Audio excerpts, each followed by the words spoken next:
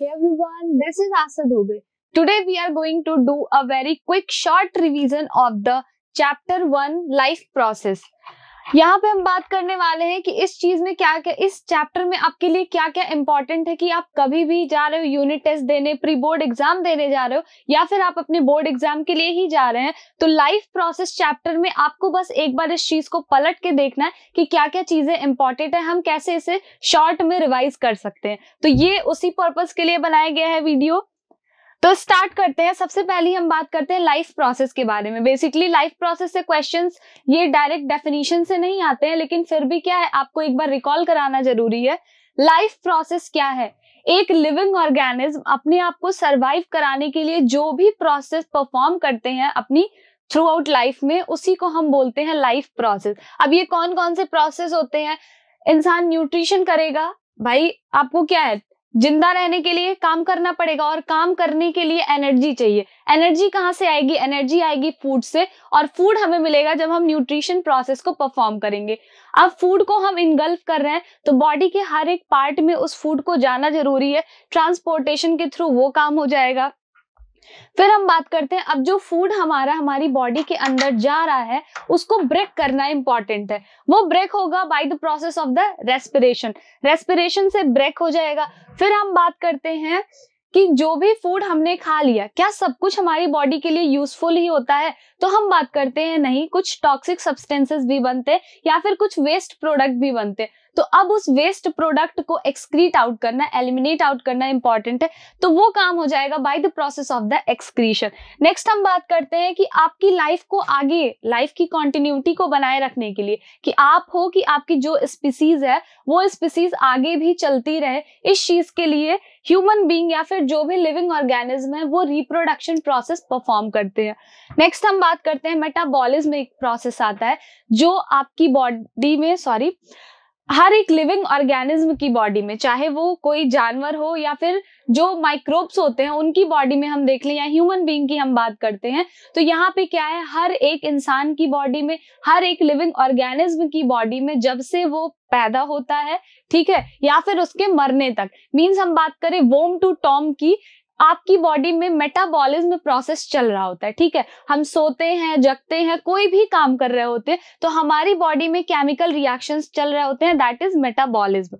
तो सबसे पहला हम स्टार्ट करते हैं यहीं से, लाइफ प्रोसेस से। ठीक है, अभी हमने क्या बात की कि all the basic functions which together keep the living organism alive.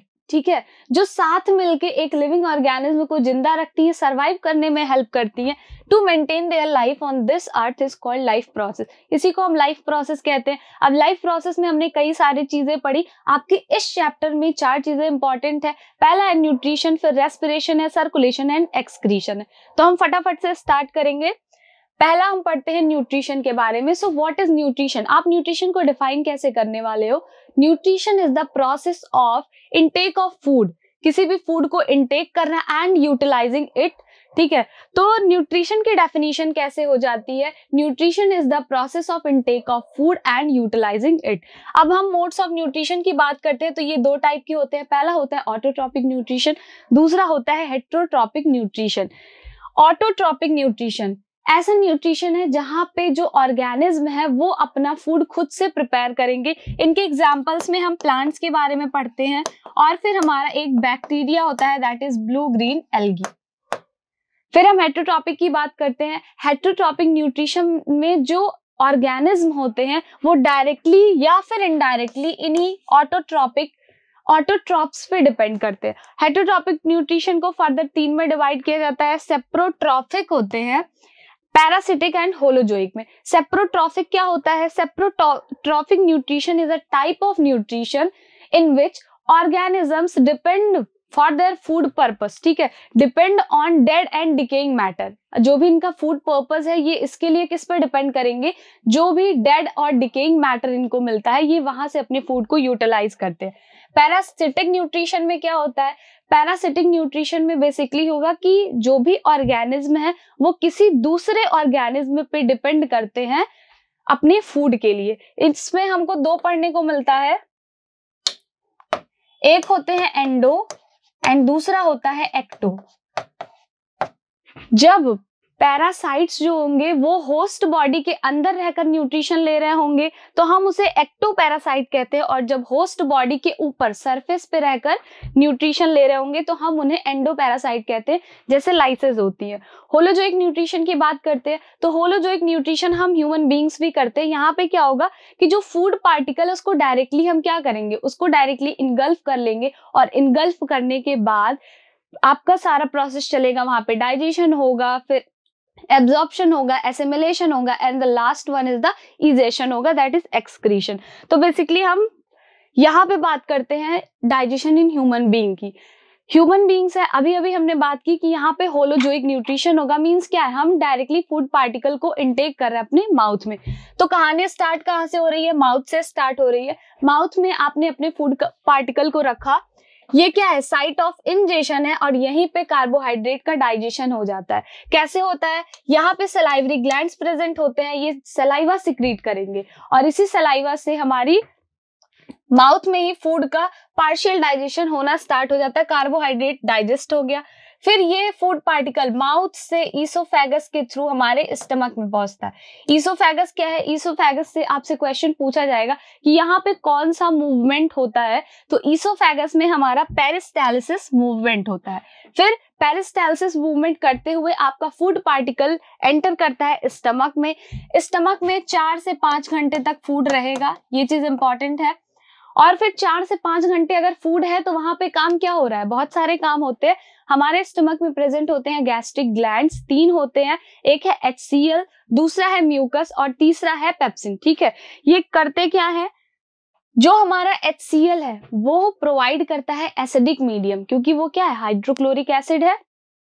अब hydrochloric acid acidic medium provide कर रहा है तो इससे स्टमक को हार्म भी हो सकता है, तो वहां पे प्रेजेंट होते हैं म्यूकस जो स्टमक की इनर लाइनिंग को प्रोटेक्ट करने का काम करते हैं, और जो हमारा बचता है पेप्सिन वो क्या करते हैं, पार्शियल प्रोटीन का डाइजेशन कराते हैं स्टमक में। स्टमक में काम क्या हो रहा है, जो भी अल्कोहल होते हैं, ड्रग्स होते हैं, या फिर जो प्रोटीन वगैरह होते हैं, इनका डाइजेशन स्टमक में हो रहा होता है जब 4 से 5 घंटे के लिए आपका फूड स्टमक में स्टोर है। फिर स्टमक से जाने के बाद अब ये फूड हमारा एंटर करता है स्मॉल इंटेस्टाइन में। ठीक है, स्मॉल इंटेस्टाइन को हम बोलते हैं complete digestion of the food. ठीक है, ये कहाँ का साइट है, site of the final digestion या फिर कंप्लीट डाइजेशन हम बोलते हैं। स्मॉल इंटेस्टाइन में बहुत सारे एंजाइम्स मिलते हैं। ठीक है, कहाँ से आते हैं ये सारे एंजाइम्स, लीवर है, लीवर सिक्रीट करते हैं बाइल जूस को, और फिर पैनक्रियास सिक्रीट करते हैं कुछ पैनक्रियाटिक जूस को। हमारा स्मॉल इंटेस्टाइन भी खुद बहुत सारे डाइजेस्टिव जूसेस को सिक्रीट करता है जो इस फाइनल और कंप्लीट डाइजेशन में हेल्प करते हैं। अब बात हो गई कि यहाँ पे फाइनल डाइजेशन हो गया, कंप्लीट डाइजेशन हो गया, तो लार्ज इंटेस्टाइन का क्या रोल है यहाँ पे डाइजेशन हुआ, सारे ग्लैंड्स मिले, ठीक है, एंजाइम्स मिले, फिर यहाँ पे जो भी अनडाइजेस्टेड पार्ट है, जो कुछ भी डाइजेस्ट हुआ, एब्जॉर्ब हुआ, वो सब चला गया।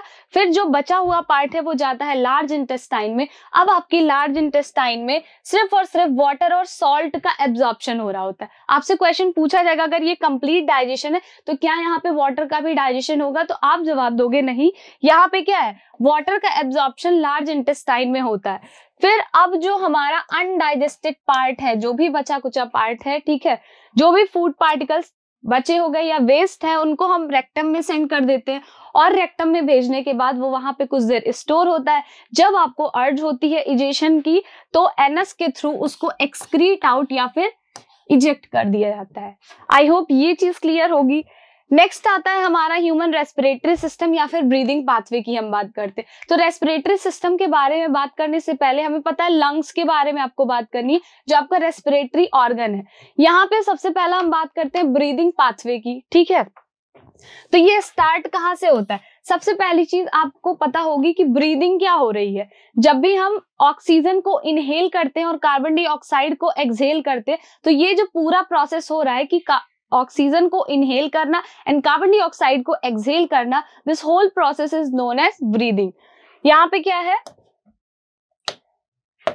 हम बात कर रहे हैं ऑक्सीजन कैसे एंटर होता है। ऑक्सीजन एंटर किया नेजल कैविटी से, नेजल कैविटी से ये पहुंचता है फेरिंग्स में। फेरिंग्स को क्या बोलते हैं, common passage for food and air. Pharynx से आने के बाद ये ट्रैकिया में आया, दैट इज विंड पाइप। फिर ब्रोंकाई में जाता है, ब्रोंकाई टू ब्रोंक्यूल, ब्रोंक्यूल से एल्वोलाई में आता है, और फिर यहाँ पे अगर हम एल्वोलाई की बात करें तो ये क्या होता है, साइट फॉर द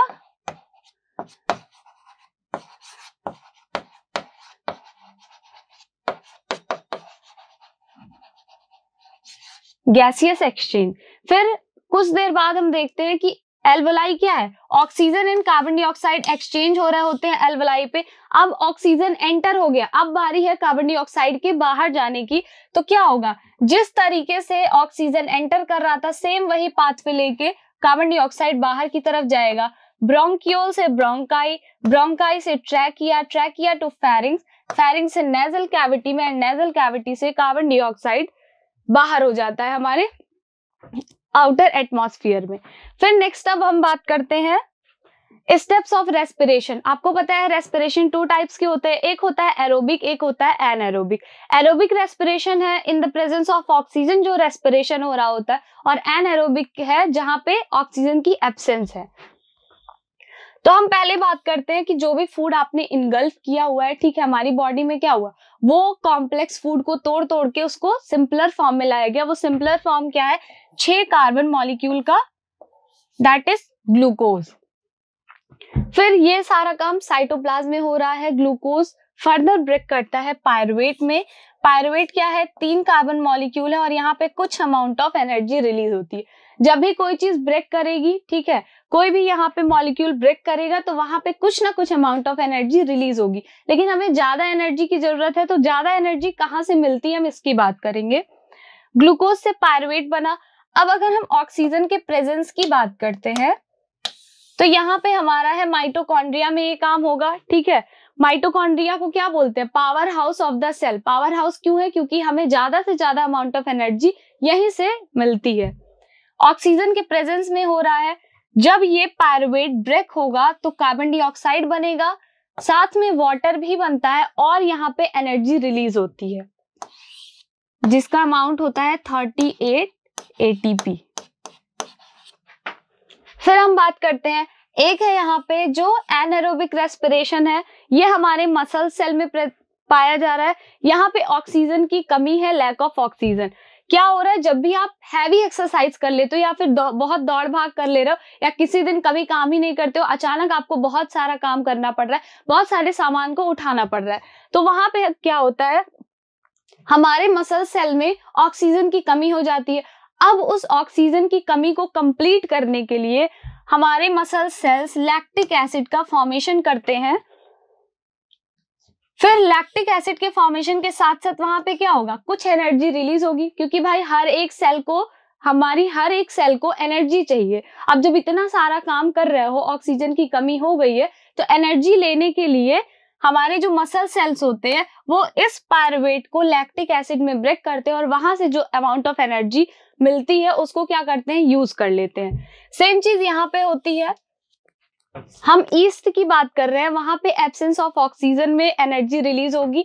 ये पायरुवेट एथेनॉल में ब्रेक होगा, कार्बन डाइऑक्साइड रिलीज होगी, एंड यहाँ पे भी एनर्जी का फॉर्मेशन होता है। यहाँ पे 3 मॉलिक्यूल ऑफ ATP मिलता है, ठीक है। अब अगर हम कंपैरिजन की बात करते हैं, एरोबिक रेस्पिरेशन में भी एनर्जी रिलीज हो रही है, एनएरोबिक में भी रिलीज हो रही है, लेकिन अगर हम कंपैरिजन कर रहे हैं तो आप खुद से यहाँ डिफरेंस देख सकते हो। जब ऑक्सीजन की प्रेजेंस है तो वहां पे 38 ATP एनर्जी रिलीज हो रही है, और जब ऑक्सीजन की एब्सेंस है तो भी एनर्जी मिल रही है, बट बहुत लेस अमाउंट ऑफ एनर्जी। और अगर भाई आपको सर्वाइव करना है तो एनर्जी की जरूरत होगी, और एनर्जी कम नहीं, ज्यादा एनर्जी की जरूरत होगी। तो यहाँ पे क्या है, हम प्रेफर करते हैं एरोबिक रेस्पिरेशन। नेक्स्ट हम आते हैं सर्कुलेटरी सिस्टम पे। हमारा न्यूट्रिशन हो गया, रेस्पिरेशन हो गया, अब हम सर्कुलेशन की बात कर रहे हैं कि जो भी चीजें हैं एनर्जी पर्पस की, हर एक सेल में ऑक्सीजन को जाना है, कार्बन डाइऑक्साइड को वहां से उठा के लेके आना है। तो ये सारा काम कैसे होगा, सर्कुलेशन का काम कराता कौन है हमारी बॉडी में, तो हम यहाँ पे बात करते हैं। पहले तो हार्ट के बारे में बात होगी, सर्कुलेटरी फ्लूइड्स के बारे में होगी, और ब्लड वेसल्स के बारे में होगी। हार्ट क्या है, हार्ट ही हमारा वो पंपिंग ऑर्गन है जो ब्लड को हर एक जगह पे पंप कराएगा। नेक्स्ट हम बात करते हैं ब्लड वेसल्स की। ब्लड वेसल्स क्या है, हार्ट जो भी ब्लड को पंप करा रहा है उस ब्लड को वेसल्स के थ्रू हमारी बॉडी में हर एक जगह तक पहुंचाया जाता है। 3 हमें पढ़ने होते हैं, एक होता है आर्टरी, सेकेंड होता है वेन एंड थर्ड होते हैं कैपिलरीज। हमारी बॉडी में ये वेसल्स ब्लड को फ्लो कराने का काम करते हैं। फिर हम बात करते हैं सर्कुलेटरी फ्लूइड की। तो सर्कुलेटरी फ्लूइड, बार बार हम ब्लड के बारे में बात कर रहे हैं, यही ब्लड हमारा सर्कुलेटरी फ्लूइड होता है। आपको आगे चल के लिम्फ के बारे में भी पढ़ने को मिलेगा। लिम्फ भी क्या है? सर्कुलेटरी फ्लूइड ही है। तो पहले सबसे हम बात करते हैं हार्ट के बारे में कि कैसे यहाँ पे जो भी ब्लड वेसल्स हैं वो एंटर कर रही हैं या फिर हार्ट से दूर जा रही हैं। ठीक है, तो सबसे पहली बात हम करते हैं, हम वीना केवा की बात कर रहे हैं। स्टार्टिंग से करते हैं, यहाँ भी वीना केवा है और यहाँ पे भी वेना केवा है। मींस क्या है? यहाँ पे ये वेन्स की बात हो रही है, superior vena cava and the inferior vena cava. इनका काम क्या है? एक चीज यहां से आप समझो, जो आर्टरी है ये हमेशा हार्ट से दूर ब्लड का फ्लो कराती है, इसलिए कॉमन सेंस क्या है कि आर्टरीज हमेशा ऑक्सीजनेटेड ब्लड को लेकर जाएंगी। वेन्स क्या करते हैं? ये हमेशा टुवर्ड्स द हार्ट ब्लड का फ्लो कराते हैं। इट मींस ये बॉडी से कलेक्ट करते हैं डीऑक्सीजनेटेड ब्लड को और फिर इसको हार्ट में लाके छोड़ते हैं। तो आर्टरी एंड वेन के बारे में ये पता चल गया। आर्टरीज क्या करेंगी? ऑक्सीजनेटेड ब्लड को बॉडी पार्ट्स तक पहुंचाएंगी और वेन्स क्या करते हैं? बॉडी पार्ट से ब्लड को कलेक्ट करेंगे और फिर हार्ट तक लेकर आते हैं। तो यहां हम बात कर रहे हैं superior vena cava and the inferior vena cava. Means veins के बारे में। वेन्स क्या करते हैं? टुवर्ड्स द हार्ट ब्लड को लेकर आते हैं, मींस डीऑक्सीजनेटेड ब्लड को। तो सुपीरियर बॉडी पार्ट से, ऊपर वाली बॉडी पार्ट से ये वेन्स ब्लड को कलेक्ट करते हैं और फिर इसको राइट एट्रियम में लाते हैं। सेम चीज यहां से भी इंफीरियर वेना केवा भी डीऑक्सीजनेटेड ब्लड को कलेक्ट करेगी और राइट एट्रियम में लाके इसको पोर डाउन कर देती है। फिर नेक्स्ट आपको एओर्टा यहां से दिख रहा होगा, ये है एओर्टा। एओर्टा क्या होती है? एओर्टा के बारे में खास चीज है, मे बी आपसे पूछ ले। यहाँ पे ये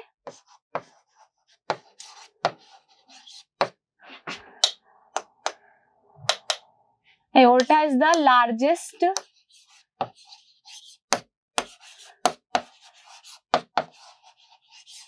आर्टरी। ठीक है, एओर्टा क्या है? लार्जेस्ट आर्टरी होती है। अभी हमने आर्टरी के बारे में बात की कि ये हार्ट से दूर ब्लड को लेकर जाता है, मींस ऑक्सीजनेटेड ब्लड को हर एक बॉडी पार्ट तक पहुंचाएंगे। तो एओर्टा क्या करता है? लेफ्ट वेंट्रिकल से, यहां से आप देख सकते हो, लेफ्ट वेंट्रिकल से ब्लड को कलेक्ट करेगा और फिर बॉडी पार्ट्स में इसको ले जाकर पहुंचाता है। फिर अभी भी हमें यहाँ पे कुछ वेसल्स दिख रही हैं। यहाँ पे है पल्मोनरी वेन और फिर पल्मोनरी आर्टरी। अब इनका क्या काम है भाई? ठीक है, देखो इसका रास्ता इधर से है, इसका इधर से है।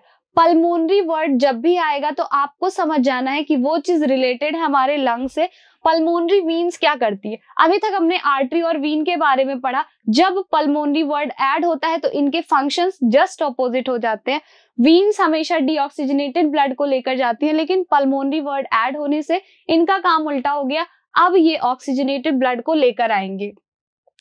सेम चीज है यहाँ पे पल्मोनरी आर्टरी। आर्टरी हमेशा ऑक्सीजनेटेड ब्लड को लेकर जाती है, लेकिन यहाँ से ये आपकी डीऑक्सीजनेटेड ब्लड को लेकर जा रही है। ये लेकर जाएगी हमारे लंग्स तक, और जो पल्मोनरी वेन्स होते हैं ये भी हमारे लंग्स से ब्लड को लेकर आते हैं जहां पे ब्लड का प्यूरिफिकेशन हुआ है। आपको पता है लंग्स का फंक्शन क्या होता है? Purification of the blood.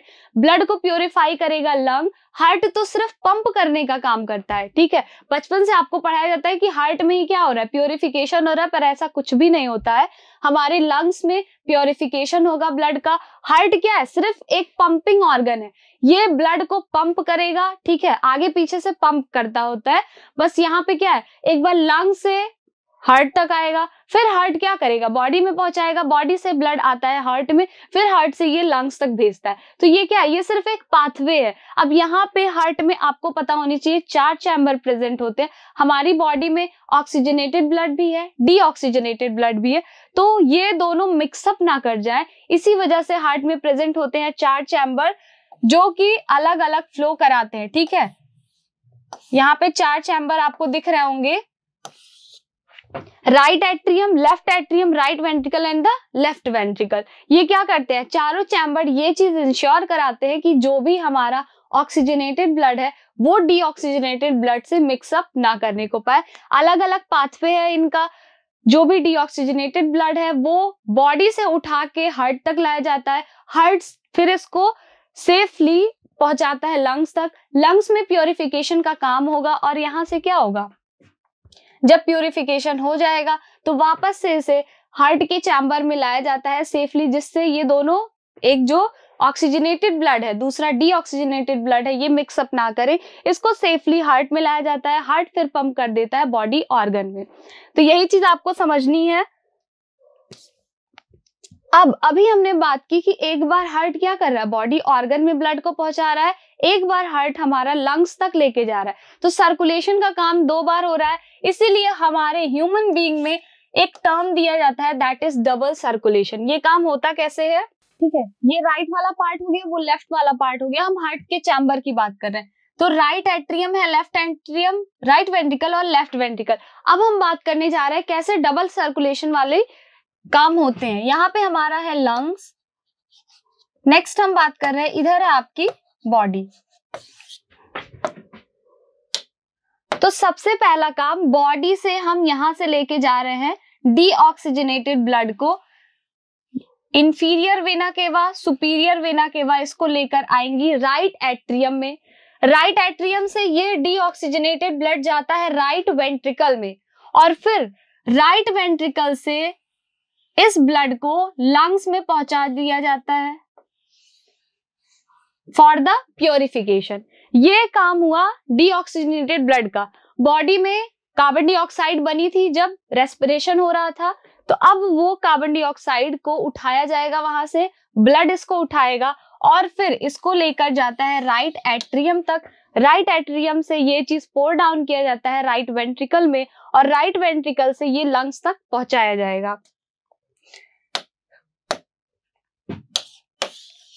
फिर लंग्स से पल्मोनरी वीन्स आएंगी। पल्मोनरी वीन्स ब्लड को लेकर आती हैं। अब जो ब्लड वो उठा रही हैं वो प्योर हो गया है। प्योरिफिकेशन होने के बाद पल्मोनरी वीन्स ने ब्लड को उठाया, लेफ्ट एट्रियम को दिया, लेफ्ट एट्रियम लेफ्ट वेंट्रिकल को देगा, एंड लेफ्ट वेंट्रिकल से जो हमारी लार्जेस्ट आर्टरी होती है दैट इज एओर्टा, वो ऑक्सीजनेटेड ब्लड को हमारी बॉडी में पहुंचा देगी। आई होप ये चीज क्लियर होगी। यहाँ पे पूरा पाथवे आपको समझ आ रहा होगा कि राइट एट्रियम और जो राइट वेंट्रिकल मींस क्या है, राइट वाला पार्ट होता है हमारा डीऑक्सीजनेटेड ब्लड के लिए, और लेफ्ट वाला पार्ट जो होता है वो हमेशा रिसीव करेगा आपके ऑक्सीजनेटेड ब्लड को।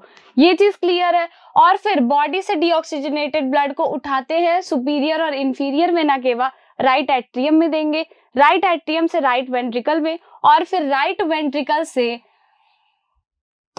पल्मोनरी आर्टरी उस चीज को ले जाती है लंग्स तक, लंग्स में प्योरिफिकेशन होगा, एंड ये साइकिल चलता रहता है। तो यहाँ पे जो सर्कुलेशन का काम क्या हो रहा है, 2 बार हो रहा है। एक बार क्या है, बॉडी से हार्ट में लेकर जाओ, फिर हार्ट से लंग्स तक लेकर जाओ, फिर लंग्स से हार्ट में लाया और हार्ट से बॉडी में लेकर आ रहे हैं।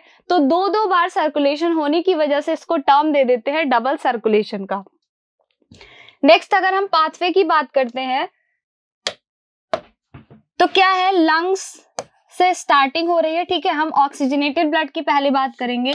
लंग से आया ये लेफ्ट एट्रियम में, लेफ्ट एट्रियम से लेफ्ट वेंट्रिकल में गया, लेफ्ट वेंट्रिकल से एओर्टा उठाती है और बॉडी तक पहुंचा देती है, ठीक है। फिर अगर हम बात करते हैं डीऑक्सीजनेटेड ब्लड की, तो यहां से क्या हो रहा है कि बॉडी से ब्लड को उठाया गया, ये जाता है हमारे राइट वेंट्रिकल में, राइट एट्रियम में, फिर राइट वेंट्रिकल में, और राइट वेंट्रिकल से पल्मोनरी आर्टरी उठाती है और इसे लंग्स तक पहुंचा देती है। फिर क्या होगा, ये लंग्स में है, अब लंग्स से वापस क्या होगा, प्योरिफिकेशन वाला काम होगा, और ये चीज यहाँ पे सेम। तो सर्कुलेशन का काम आप यहाँ से देख सकते हो। यहाँ पे क्या है, आप फ्लो चार्ट को लर्न कर लो, आपको पूरा कंप्लीट ह्यूमन सर्कुलेटरी सिस्टम समझ आ जाना है। आई होप ये चीज क्लियर होगी। फिर हम बात करते हैं ह्यूमन एक्सक्रीटरी सिस्टम की। एक्सक्रीटरी सिस्टम में एक्सक्रीटरी ऑर्गन कौन सा होता है, दैट इज किडनी। ठीक है, यहाँ पे हम एक्सक्रीटरी ऑर्गन्स और भी बात करते हैं लंग्स की, जैसे अभी हमने बात की कि यहाँ पे क्या है, कार्बन डाइऑक्साइड को हमारा लंग्स एलिमिनेट आउट करता है। भाई एलिमिनेट आउट कर रहा है मींस क्या है, टॉक्सिक सब्सटेंस को बॉडी से बाहर निकालना ही तो एक्सक्रीशन है। तो इट मींस लंग्स भी क्या है, एक टाइप का एक्सक्रीटरी ऑर्गन है जो कि कार्बन डाइऑक्साइड को बॉडी से एलिमिनेट आउट कर रहा है। फिर हमारी स्किन, आपको बहुत ज्यादा पसीना आता होगा, ठीक है, तो पसीने में क्या होता है, जो स्वेट निकल रहा होता है वहां पे भी कुछ ना कुछ अमाउंट ऑफ यूरिया हमारी बॉडी से रिलीज होता है, ठीक है, स्वेट के फॉर्म में। फिर हम बात करते हैं किडनी की, कि ज्यादा अमाउंट में यूरिन के फॉर्म में यूरिया को हमारी बॉडी से एलिमिनेट आउट करने का काम करता है हमारा किडनी। तो ये बात हो गई आपके एक्सक्रीटरी सिस्टम की। आपसे क्वेश्चंस क्या क्या पूछे जाते हैं, क्वेश्चंस आपसे किडनी के बारे में पूछा जा सकता है। फिर जो किडनी का स्ट्रक्चर और फंक्शनल यूनिट क्या होता है, इससे बहुत बार क्वेश्चंस आए हैं, तो मे बी चांस है कि इस बार भी आपसे पूछा जाए। और फिर हम बात करते हैं कि यूरिन फॉर्मेशन कैसे होता है, यूरिन फॉर्मेशन के क्या क्या स्टेप्स होते हैं, या फिर आपसे पूछा जाता है कि जो किडनी का स्ट्रक्चरल एंड फंक्शनल यूनिट है उसके बारे में आप एक्सप्लेन करो। तो यही सारे क्वेश्चंस आपसे एक्सक्रीटरी सिस्टम से बनते हैं, इसको हम समझ लेते हैं।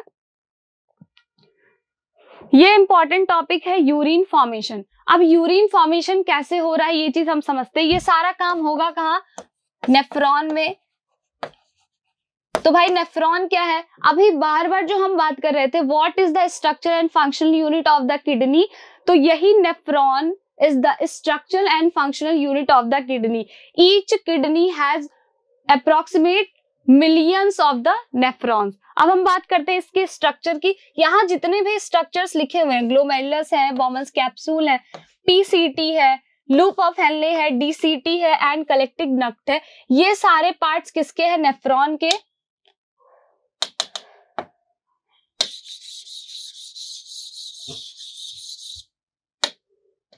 अगर हम फिगर की बात करते हैं तो एक नेफ्रॉन दिखने में कुछ इस तरीके का होता है। अब सोचो आप कि हमारी किडनी के पास मिलियंस ऑफ नेफ्रॉन्स होते हैं, मींस क्या है, एक किडनी जो भी यूरिन का फॉर्मेशन करेगी, कलेक्टिंग डक्ट से वो सारा कुछ क्या होगा, इकट्ठा होगा, और कितनी सारी नेफ्रॉन्स है, कितने सारा अमाउंट ऑफ द ये यूरिन सिक्रीट करेंगे। ठीक है, यहाँ पे हम किडनी के स्ट्रक्चर की बात कर लेते हैं। कुछ ऐसे दिखता है किडनी, ठीक है, बी शेप का। किडनी से निकली होती है एक पाइप जिसको हम यूरेटर कहते हैं। जब किडनी में यूरिन का फॉर्मेशन हो जाएगा, कलेक्टिंग डक्ट से हर एक नेफ्रॉन से यूरिन कलेक्ट कर लिया जाता है, और फिर उसको यूरेटर के थ्रू एक पाउच होती है हमारी बॉडी में, वहां पे सेंड कर दिया जाता है, दैट इज यूरिनरी ब्लैडर। और फिर वहां पे एक ओपनिंग होती है, दैट इज यूरेथ्रा। जब भी यूरिनेशन की अर्ग होती है तो हम क्या करते हैं, उसी यूरेथ्रा के थ्रू यूरिनेशन परफॉर्म करते हैं। ठीक है, यहां से हम बात करते हैं कि कैसे यूरिन का फॉर्मेशन हो रहा है। जो यूरिन बन रही है, आपने जो भी फूड पार्टिकल लिया हुआ था या मेटाबॉलिज्म प्रोसेस हो रहा था, इस सब के थ्रू हमारी बॉडी में कुछ ना कुछ बाई प्रोडक्ट्स बन रहे होते हैं। अब इन सारे बाई प्रोडक्ट्स का हमारी बॉडी में कोई काम नहीं है, तो ये जो भी टॉक्सिक सब्सटेंस है, हार्मफुल सब्सटेंस है, इनका एक्सक्रीशन हमारी बॉडी से इंपॉर्टेंट है। तो कैसे हो रहा है, एफरेंट आर्टरियोल से ब्लड एंटर होगा ग्लोमेरुलस में। यहाँ पे क्या होती है कि अंडर वेरी हाई प्रेशर, ठीक है, यहाँ पे बहुत ज्यादा ब्लड का प्रेशर हाई हो जाता है जब एफरेंट आर्टरियोल से इस बॉमन कैप्सूल में ब्लड फिल कर रहा होता है। तो जब यहाँ पे बहुत ज्यादा हाई प्रेशर होता है तो एक कॉन्टिन्यूअस प्रोसेस चलता है फिल्ट्रेशन का, that is called ultra filtration. Ultra filtration होने के बाद जो ब्लड है वो एफरेंट आर्टरियोल से वापस चला जाता है, और फिर जो हमारा फिल्ट्रेट बचा, अल्ट्रा फिल्ट्रेशन हुआ, फिल्ट्रेट जो बचा उसको हम प्रॉक्सिमल कॉन्वोल्यूटेड टिब्यूल में सेंड करते हैं। प्रॉक्सिमल कॉन्वोल्यूटेड टिब्यूल में सेंड होने के बाद यहाँ पे देखा जाता है कि कहीं जो भी चीजें हमारी बॉडी के लिए यूजफुल है वो चीजें तो हम एक्सक्रीट आउट करने वाले नहीं है। यहाँ पे क्या होगा, सेलेक्टिव रीअब्जॉर्प्शन होगा। ठीक है, कि जो भी हमारे ग्लूकोज हैं, ठीक, अमाइनो एसिड्स हैं, कुछ आयंस होते हैं, उन सारी चीजों को वापस से रीअब्जॉर्ब कर लिया जाता है, और फिर जो फिल्ट्रेट होता है, सिलेक्टिव रीअब्जॉर्प्शन हुआ, अमाइनो एसिड का, ग्लूकोज का, कुछ जो आयंस होते हैं उन सब का रीअब्जॉर्प्शन होने के बाद जो फिल्ट्रेट होता है उसको फर्दर भेज दिया जाता है लूप ऑफ हेनले में। यहाँ पे भी रीअब्जॉर्प्शन हो रहा होता है, पर यहाँ पे सिर्फ रीअब्जॉर्प्शन होता है वाटर एंड सॉल्ट का। फिर लूप ऑफ हेनले से इस चीज को सेंड किया जाता है DCT में, that is distal convoluted tubule में। यहाँ पे वाटर का, सॉल्ट का सिक्रीशन होगा, जो ड्रग्स हैं, हार्मोन्स हैं, इन सारी चीजों को कलेक्ट किया जाता है, सिक्रीट किया जाता है, और जो फिल्ट्रेट यहाँ पे बनता है इसको हम फर्दर नाम देते हैं ट्यूबुलर सिक्रीशन। क्या बात कर रहे थे हम कि यहाँ पे under very high pressure continuous process चलता है फिल्ट्रेशन का, जिसको हम अल्ट्रा फिल्ट्रेशन बोलते हैं। इस फिगर से आपको भी सारी चीजें समझ आ जानी है। फिर क्या हुआ कि अल्ट्रा फिल्ट्रेशन का काम हुआ। अल्ट्रा फिल्ट्रेशन के बाद अब हम सिलेक्टिव रीअब्जॉर्प्शन कर रहे थे कि जो भी कुछ यूजफुल सब्सटेंसेस हैं उनको हम सिलेक्टिवली रीअब्जॉर्ब कर ले रहे हैं। एब्जॉर्प्शन के बाद क्या हुआ, इसको फर्दर लूप ऑफ हेनले में भेजा गया। वहां पे भी वाटर एंड सॉल्ट का रीअब्जॉर्प्शन होता है कि कुछ जो इंपॉर्टेंट सब्सटेंसेस है उनको हम रीअब्जॉर्ब कर लेते हैं। और फिर लूप ऑफ हेनले में के आने के बाद डिस्टल कॉन्वोल्यूटेड ट्यूब्यूल में रीअब्जॉर्प्शन हो रहा होता है, और यहाँ पे जो भी हमारा फिल्ट्रेट बचता है इसको हम ट्यूबुलर सिक्रीशन कहते हैं। और ये tubular secretion further collecting duct में भेज दिया जाता है, जहां पे यूरिन क्या हो गया, अब आयन वगैरह यहाँ पे सब बैलेंस हो गए, ठीक है। और आयन बैलेंस के बाद कलेक्टिंग डक्ट में अब हमारा जो यूरिन आता है, ठीक, with maximum urea and water, ज्यादा से ज्यादा अमाउंट में वाटर और फिर यूरिया, जो मैक्सिमम यूरिया है कि आपकी बॉडी के सारे हार्मफुल सब्सटेंसेस ये सारे यहाँ पे कलेक्ट हो जाते हैं हमारे कलेक्टिंग डक्ट में। और फिर हर एक नेफ्रॉन के कलेक्टिंग डक्ट में ये सारी चीजें बनती हैं। तो जो भी अमाउंट ऑफ यूरिन यहाँ सिक्रीट हुआ है सारे कलेक्टिंग डक्ट से कलेक्ट करके इसको यूरेटर में भेजा जाता है, और फिर यूरेटर से यूरिनरी ब्लैडर पाउच में स्टोर कर लिया जाता है। यहां से हम बात कर रहे हैं सेम चीज जो अभी हमने बात की है कि सबसे पहले क्या हुआ, एफरेंट आर्टरियोल से इधर ब्लड आया, यहाँ पे ब्लड इकट्ठा है, ठीक। ब्लड प्रेशर बहुत हाई होता है, ब्लड प्रेशर बहुत हाई होने की वजह से यहाँ पे अल्ट्रा फिल्ट्रेशन का प्रोसेस होगा। और फिर अल्ट्रा फिल्ट्रेशन के बाद जो भी हमारा फिल्ट्रेट बचता है उसको PCT में भेजा जाता है। PCT में सिलेक्टिव रीअब्जॉर्प्शन होगा, जहां पे glucose, amino acid, sodium plus ion, water, इन सबको रीअब्जॉर्ब कर लिया जाता है। फिर फर्दर रीअब्जॉर्प्शन के बाद वाटर यहाँ से लूप ऑफ हेनले में आता है, और यहाँ पे ऑस्मोसिस प्रोसेस के थ्रू वाटर को भी रीअब्जॉर्ब किया जाएगा। फिर ये फिल्ट्रेट हमारा जाता है DCT में, जहां पे क्या होगा, सोडियम आयन, बाइकार्बोनेट और फिर क्लोराइड आयन की हम बात करते हैं। ये सारे क्या होते हैं, ये सारे आयन बैलेंस बनाने के लिए वापस से ऑस्मोसिस प्रोसेस से बाहर निकल जाते हैं। कुछ ड्रग्स और फिर hydrogen plus ion, K plus ion वापस से ट्यूब्यूल में एंटर करते हैं, जहां पे होता है रीअब्जॉर्प्शन, सिक्रीशन, ठीक है। सिक्रीशन होने के बाद ये सारी चीजें जाती हैं कलेक्टिंग डक्ट में। कलेक्टिंग डक्ट में मैक्सिमम अमाउंट ऑफ यूरिया होता है, वाटर होता है, जिसको हम कलेक्टिवली यूरिन का नाम देते हैं। और फिर ये सारी चीजें, सारे यूरिन को इकट्ठा करके यूरेटर के थ्रू यूरिनरी ब्लैडर से, यूरेथ्रा से बाहर निकाल दिया जाता है, ठीक है। आई होप ये सारी चीजें क्लियर होंगी। आपसे मेन टॉपिक्स यही 4 पूछे जाते हैं। बात रही फोटोसिंथेसिस की, तो इसको हम एक नए वीडियो लेक्चर में क्लियर कर लेंगे। आज के लिए इतना ही। Thank you so much. Do like, share and subscribe.